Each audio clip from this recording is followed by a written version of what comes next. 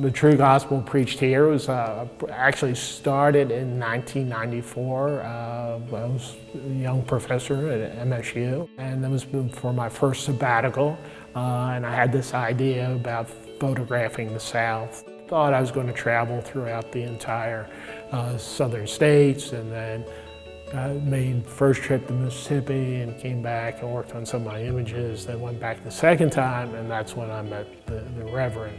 I think we've all had experiences where you just kind of, you're taking a leap or doing something new or different, and that there's something in the back of your head, your intuition says, this is a major event. And it was very much that way. I think, I rapped on the door and I talked to Margaret first, and she was just absolutely the sweetest person in the world. And then, of course, she told me to go see the Reverend, who was in the church, which, and I looked over and it looked like a school bus, and I said, the bus? And she said, no, the church. And I was like, the bus? And she said, no, the church. I said, oh, the church. So I went over and rapped on the door and asked permission to enter the bus. And immediately the preacher started preaching and praying and thanking God that I was there. And I just realized both of these individuals were some of the most unique people I ever knew.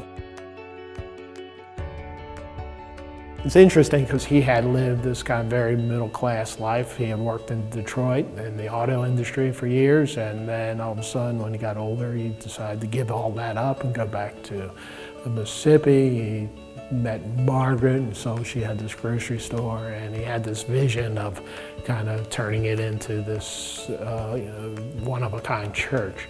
And one of the things the Reverend always talked about is his ability to make something out of nothing. And that seemed like, again, a really wise thing to hear about as I looked at him as an artist as well as, as a preacher and a prophet. The Reverend was really kind of awesome and mysterious person to me, and I think in some ways I was the same for him. The differences in culture and socioeconomic group and all those types of things are just like, there were just huge gaps or chasms between us. I think in the book I say something about feeling like Alice in Wonderland falling into the rabbit's hole, and it was very much that way. But after a while I started to feel much more comfortable in the environment, and that allowed me to maybe concentrate a little bit more on my photography and start to think more about what I wanted to do with my picture making. The Reverend, kind of privileged himself as having a knowledge about all sorts of things. The formation of the world, the creation of the world. One of the very first pictures I ever made of him is him standing with his arms up like this, and he said, well, this is how Christ stood before Pilate. And I was like, oh, you know this. And he said it with such certainty. And I said that was one of the things that really impressed me.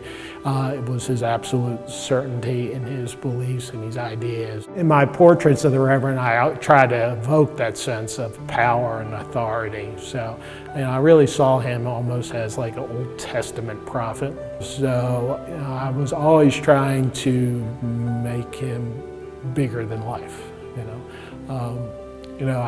Probably another photographer could have gone in and looked at it from a very kind of critical point of view and kind of tried to debunk all this, but I wanted to be the true believer, so I really tried to make pictures that evoke that. Also, as I got to know them better and started to realize the transitions that were happening, I started to think more about this as a project rather than just visits and photographs and things. And at some point I realized that this could be an important kind of historical document of this particular place. It's probably unheard of for most people to work on a photo project for 18 years. But I think for me, it was such a personal experience in terms of bridging all these gaps about rich and poor and black and white and the spiritual aspect of it.